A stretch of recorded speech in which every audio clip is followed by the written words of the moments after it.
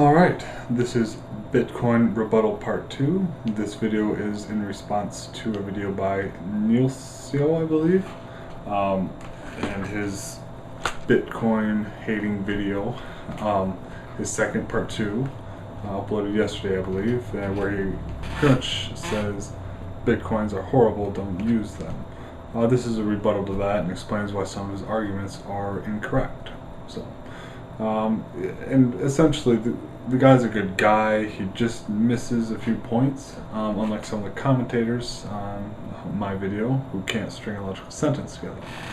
Also, Nielsio, one of the commenters said that you're blocking comments or blocking users from creating comments on your videos, which I believe is definitely a no-no. Anyone is allowed to comment on my videos. If they're nice about it and have questions or arguments, I respond nicely. If they respond with insults, and I still obviously leave that up, I just enjoy spending a minute or so coming up with a counter insult. It's a lot of fun. I haven't really had anyone respond back after my insult, but I'll keep trying.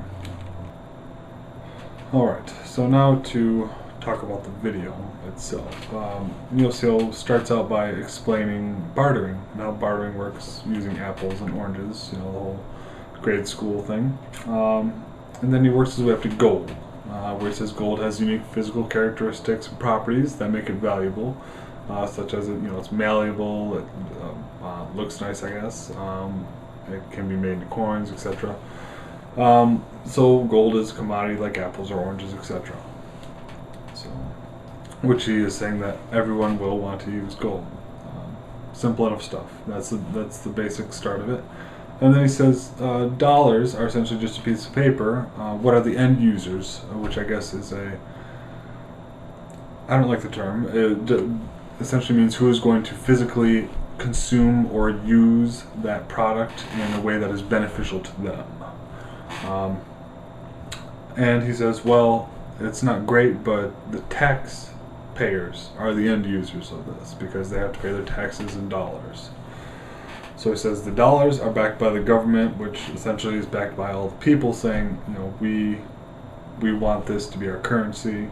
He says it's not great, but it's better than Bitcoins, which is backed by nothing, which we will cover later, but is not true. So when he says dollars are backed by the government, he doesn't really explain what he means, but I think I've logically deconstructed what he means. So we'll cover that, and it's essentially 2 points. When you're saying dollars are backed by the government, you mean the citizens trust the government for two main things that I thought of. If I missed something, please let me know. A, you trust your government will still be around to honor your dollar bill. That's pretty simple. Let's say Greece failed spectacularly for whatever reason, and the euro failed. Well, your trust was misplaced in the euro then, because the government will not honor that money. No one will honor the euro money if it failed. Just an example. And you also trust that your government will not inflate or deflate your money beyond reason, which technically can be out of your control. That's definitely true. Obviously, let's say Greece failed, and let's say they dragged the euro down with them. Well, the European Union can't do much except bail Greece out again to save the euro. That mostly is beyond their control. But then you say that Bitcoins are backed by nothing, which is definitely not true. Let's use the same two examples to prove my point. I need to trust Bitcoin to A, will it still be around and honor my money? The answer is pretty simple. As long as two people are using the Bitcoin software, technically they can still use Bitcoins. It's not an issue. Since it's a distributed network, no one government can shut it down. It's controlled by the users. Technically not even controlled by the users, it's controlled by the software. Next, I need to trust that the government will not inflate or deflate my Bitcoins beyond reason, which obviously, again, can be out of their control. As we can see, Bitcoin's bubbled, like I said it was. and hopefully they will straighten out to a more equitable trade. I think they're already starting to settle out, but we'll see. Bitcoin generation is algorithmic. So Bitcoins will generate at a specified rate until there's X number of Bitcoins. I forget the exact number, but then all of it will stop. It will stop generating Bitcoins. And essentially that just means that it will slowly, you will use more decimal points to determine how much they're worth. So it's not a big deal. It's not, the way it was set up, it was not to inflate it or deflate it unnecessarily. I think that's more stable than the whim of the government deciding when to print more money or cut money to increase scarcity. I think it's a much better system. Next, you essentially say that people look at dollars and euros and say, well, dollars and euros are unbacked, yet they work, so Bitcoin can be unbacked and it will work. It kind of contradicts your previous statement, but it doesn't matter. Dollars and euros for the most part have worked, so Bitcoins can work too.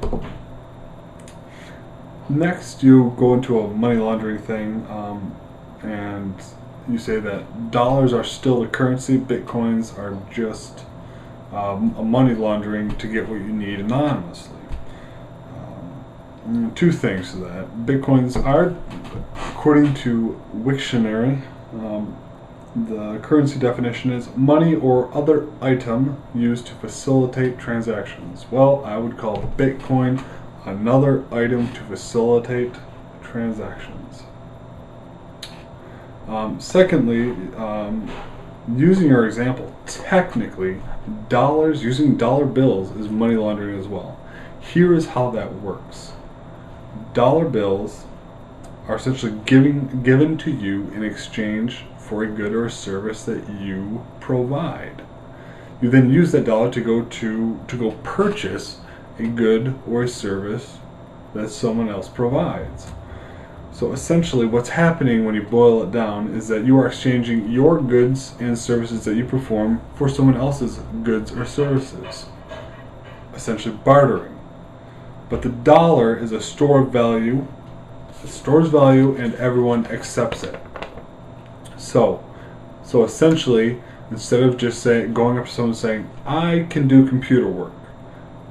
I want some apples. Do you need a computer that needs to be worked on? And doing it, bartering that way, you just use the dollar to exchange it all. So, essentially, you're saying that the dollar is money laundering because it's just an exchange for goods and services.